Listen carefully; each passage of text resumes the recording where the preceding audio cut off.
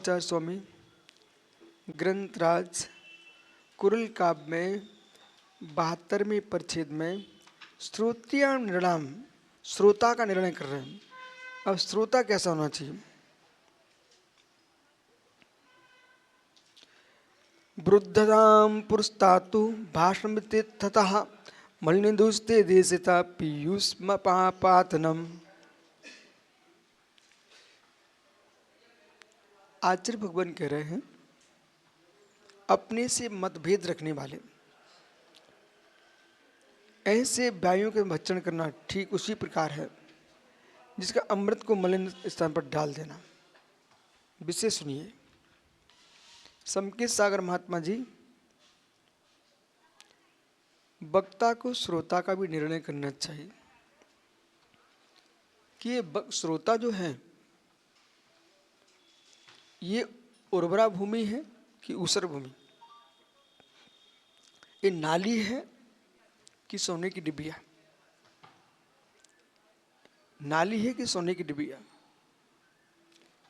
ऊसर भूमि में डालोगे बीज तो नष्ट होना, कुछ मिलने वाला नहीं, और उर्वर भूमि में डालोगे बीज तो चौगुना फलित होने वाला है। एक भव्य जीव को आपने उपदेश दिया, उसने उपदेश सुनकर के इतना अंदर चला गया, दिगंबर मुनि हो गया। मुनि होकर के उसको स्वाध्याय की ललक जग गई और स्वाध्याय करके वो जीव महान ज्ञानी हो गया। लाखों करोड़ों जीवों को उसने तत्व उपदेश दे करके कितने ज्ञानी बना दिए। तुम्हारा उपदेश उर्वरा भूमि में गया। एक वे चट्टान जैसे लोग हैं जिन पर कितनी पानी पटक दो सब नीचे बह जाता है, तो ऐसे श्रोता चट्टान जैसे होते सम्यक सार। उसे कितनी समझाओ तक्षण में गीला जरूर दिखता है, लेकिन एक मिनट के अंदर एक बेश्रोता है गरम तवा जैसे, जितना डालो क्षण कुछ नहीं असर पड़ता, सूख गया। ठीक है, तो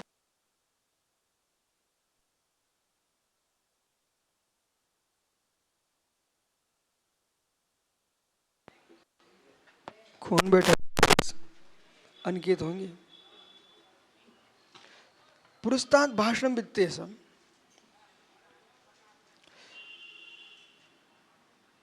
सुनने बैठे हुए हैं पर वृद्ध मत वाले हैं, वे आपकी एक एक बात में कमी खोज रहे हैं, एक एक बात में कमी खोज रहे हैं। और क्यों खोज रहा है? क्योंकि उन कमियों से युक्त है वो आदमी। उसे ये लगता भैया कि हमारे लिए बोल रहे हैं, हमारी निंदा कर रहे हैं। अरे यहाँ पर विषय चल रहा आगम का, ठीक है, श्रोता का निर्णय की व्याख्या चल रही है। अब ऐसा कोई व्यक्ति यहाँ पर बैठा हो जिसे कोई बिल्कुल पसंद नहीं है, लेकिन बैठना पड़ता है क्योंकि भैया संघ में आए तो बैठना ही पड़ेगा, समाज में है तो भैया अब महाराज जी आए तो जाना ही पड़ेगा, पर परिणाम कलुषित है। तो ऐसा जो श्रोता है वो वक्ता की हत्या करने वाला होता है। ऐसे श्रोताओं के सामने अपन को कोई व्याख्यान नहीं करना चाहिए। उनके समक्ष भाषण वित्ते पुरस्ता मलनी दूसरा देश था पीयूष पातनम। पीयूष बड़ा पीयूष भग गया ना।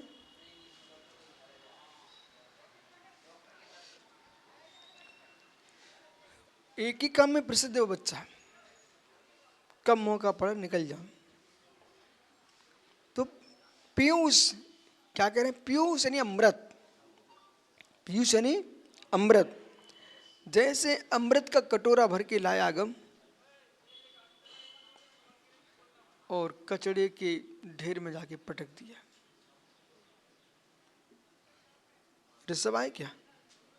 ओ भाई यश को बोल देना, अमृत का कटोरा भर के लाए और कचड़े में पटक दिया।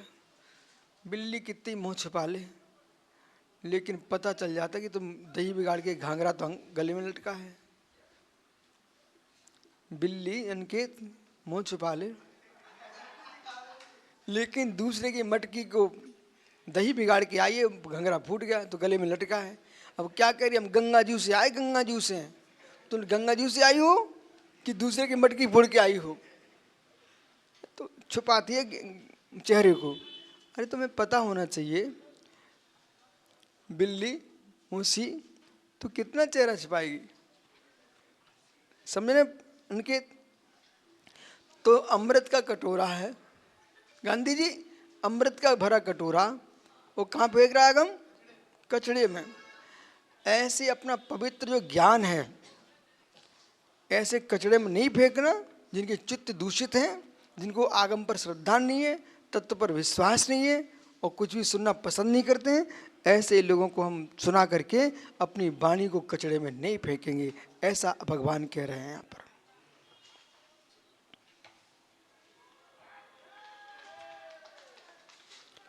बाकल बकलम शिक्षमेन सुरुच्चाम च समन्वितः स बाग्मग्रीषु विचित्य विनः।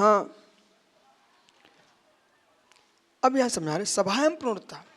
सुनो, सभी मुडराज वक्ता हैं, सभी ब्रह्मचारी वक्ता हैं यहाँ पर हैं। तो आपको कुछ वक्तत्व कर, देखो वो आ गया पीयूष, बहुत अच्छा विषय निकल गया। भाषण उन्हें सुनाना चाहिए जो सोने के कलश। अब पीयूष है, पीयूष अमृत, वो अमृत का कटोरा तुम कचड़े में फेंक रहे हो। जो श्रोता सुनने ही पसंद नहीं कर रहे हैं उन्हें बिल्कुल जिनवाणी सुनाना नहीं है, क्योंकि हमारी जिनवाणी व्यर्थ नहीं जाना चाहिए। अगला प्रश्न है, सभा में कैसे रहना चाहिए? तुम सब वक्ता हो ना, तो बाकला शिक्षता है ना, सुनना पसंद नहीं करते वे सुनाने के अयोग्य हैं। निर्विकल्प जो सुनना पसंद नहीं करते वे सुनाने के अयोग्य लोग हैं। जो सुना होता है वही सुना सकता है।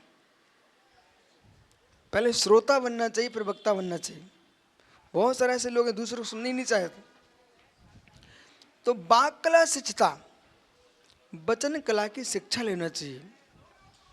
ऐसा नहीं है हम भी प्रवचन करेंगे, अरे तुम भी प्रवचन तो करोगे, पहले माय की काले नाग जैसा है ना, ऐसा इसको बस करना सीखो, मंत्र सीखो पहले, फिर लोगों को चेहरे पढ़ना सीखो लोगों के, फिर परोसना सीखो, कला सीखो। भोजन तो हर व्यक्ति परोसता भाई। किसी भोजनालय में लाइन लगी रहती है और किसी भोजनालय में शाम को फेंकना पड़ता है। ऐसा क्यों? छौंक बघार मिलाने की एक तरीका होता है, समय होता है, और परोसने का भी तरीका होता है। उससे में दो कितने प्रेम से बुला बुला के खिलाता सबको। कुछ ऐसे श्रावक हैं जिनके हाथ से आहार लेने में आनंद आता है। कुछ ऐसे श्रावक हैं, ये गिलास दे तुम यहाँ से निकल जाओ। अब इधर नाक पुना रहे हैं, उधर कान में हाथ डाल रहे हैं, उधर इधर खुजा लिया, लो गिलास देना भैया। और उधर पसीना पहुँच लिया तो कोई के मुख में दुर्गंध मार रहे हैं, वो सामने से खड़े खड़े नमस्तु कर रहे हैं। विवेक होना चाहिए, ठीक है। और सामने सामने तुम खकार रहे हो और शुद्धि बोल रहे हो, नहीं, विवेक होना चाहिए। तो ऐसी वचन है। कुछ वक्ता व्याख्यान करें तो ऐसा लगता है भगवान ने बोलते ही रहे, अमृत टपक रहा, हम सुनते ही रहे। कुछ वक्ता प्रारंभ करते ना तो रवि ऐसे लगता है भगवान मंगलाचरण सुनते ही लगता बस सब भगवान महावीर की जय बोल के बैठ जाए। नहीं सर, तो सुनिए, आप अभी आप नीति शास्त्र पढ़ रहे हो,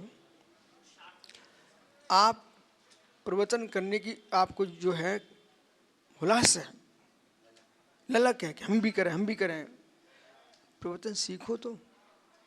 स्वाध्याय करना नहीं चाहते, पढ़ाई करना नहीं चाहते, प्रवचन के लिए आ गए तुम, समाज का समय बर्बाद करने के लिए बैठ गए तुम।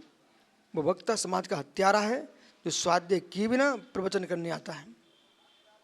वो वक्ता हत्यारा, हत्यारा, क्रूर हत्यारा, जो आगमों को पढ़ना नहीं चाहता है, यहाँ की बातें पढ़ करके दो चार बातें दे करके कोई की निंदा कोई की प्रशंसा में 1 घंटा बर्बाद कर दिया। तुमने समाज की हत्या की है, श्रोताओं की। कुशल वो हैं जो आगमों को पढ़े, आगमों को सीखे और गुरुजनों के प्रवचन सुन के किस में क्या बोलना चाहिए। अब मालूम चला तुम डांटने बैठ गए तो डांटने में चलेगा। कोई की प्रशंसा कर रहे एक की, अरे तुम एक तुम्हारा चहेता है, ये हजारों क्यों आए तुम्हारे साथ? जैसे कि माना रवि ने चौका लगा लिया, पीयूष उसने हल्ला कर दिया, महाराज जी तो हमारे यहाँ आएंगे, तो ये 50 चौके वाले क्यों खड़े हैं जब तुम्हारे यहाँ फिक्स हो ही चुका है?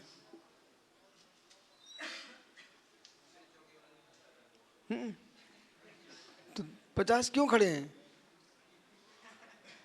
तो ऐसा है, भक्तंस्तम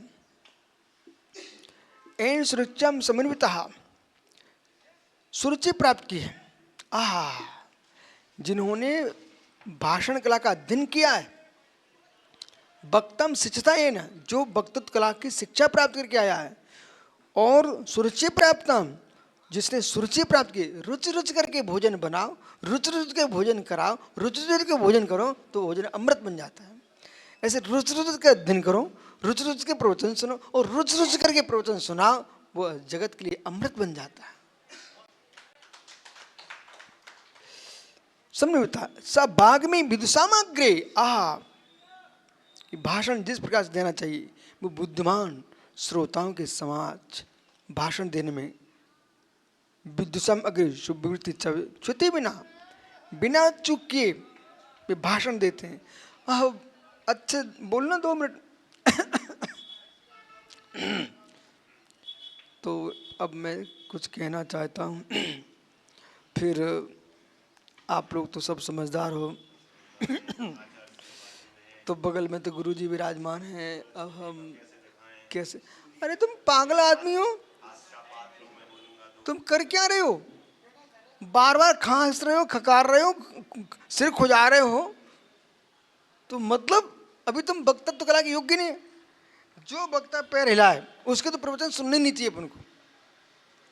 जैसे हिलना बैल खतरनाक होता है, हिलना वक्ता खतरनाक होता है। वक्ता को स्थिर बैठना चाहिए। आप सब ब्रह्मचर्य हमने सिखाया, आप सबको ब्रह्मचर्य सब सिखाया है। हर पुरुष ने पहले आपको प्रवचन कराए, अब वो विषय अलग है। हमने तो सबसे अंजलि लगाने सिखाया है निसंसा की, फिर भी कोई ऐसे खाए तो उसका दोष है। हमने सबको अंजलि लगाना सिखाया, सबको चर्या कराना सिखाया है, क्योंकि सब हमारे साधुओं का सम्मान होना चाहिए। भगवान जैसे खड़े हो, तब भी तुम ऐसे मुंडी हिला रहे हो। बोले वो अंजलि का तो ले नहीं पाए, थाली का और ले रख जाओ। अनके सुन रहे कि नहीं? इसलिए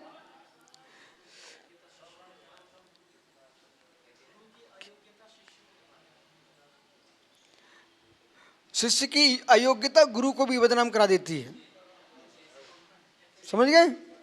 अयोग्य योग्य एक योग्य शिष्य गुरु का शिष्य बनना श्रेष्ठ है, अयोग्य लाखों शिष्यों के गुरु बनना श्रेष्ठ नहीं है। ठीक है? कथनचित अयोग्य गुरु के योग्य शिष्य को भी डुबा देती है। कथनचित बोलो आप इसमें, लेकिन सत्य यही है। फिर योग्यता प्रचंड है तो कोई किसी को नहीं डुबाता, अपनी योग्यता पर चलता जी।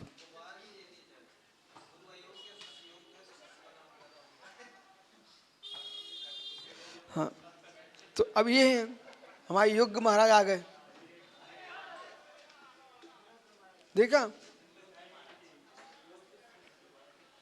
रिश्तेदार देख रहे हैं, घर वाले देख रहे हैं, यशोधर कहाँ हैं? ठीक है, वो पीछे तो बैठे तो भाई गोल मटोल।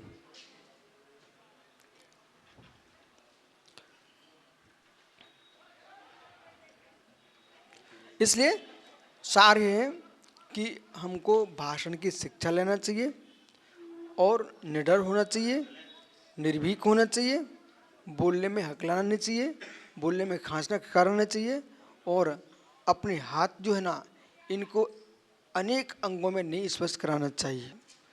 जो कहीं नाक खुजा रहे हैं, कहीं कान खुजा रहे हैं, कहीं आंख मल रहे हैं और बोलते चले जा रहे हैं। यार कोई गाय भैंस को खूंटे पे थोड़ी तुम बांध रहे हो कि गाय को बांधते चले जा रहे हो और नाक छिनकते चले जा रहे हो। ये जिनवाणी है। दूध लगा रहे हो तो ऐसे पहुँच लिया। तो वक्ताओं का कर्तव्य है कि आप बिल्कुल शांत मूर्तिवत बैठिए, मूर्तिवत, और मात्र आवाज़ निकल रही है, आप शांत बैठे हुए हो।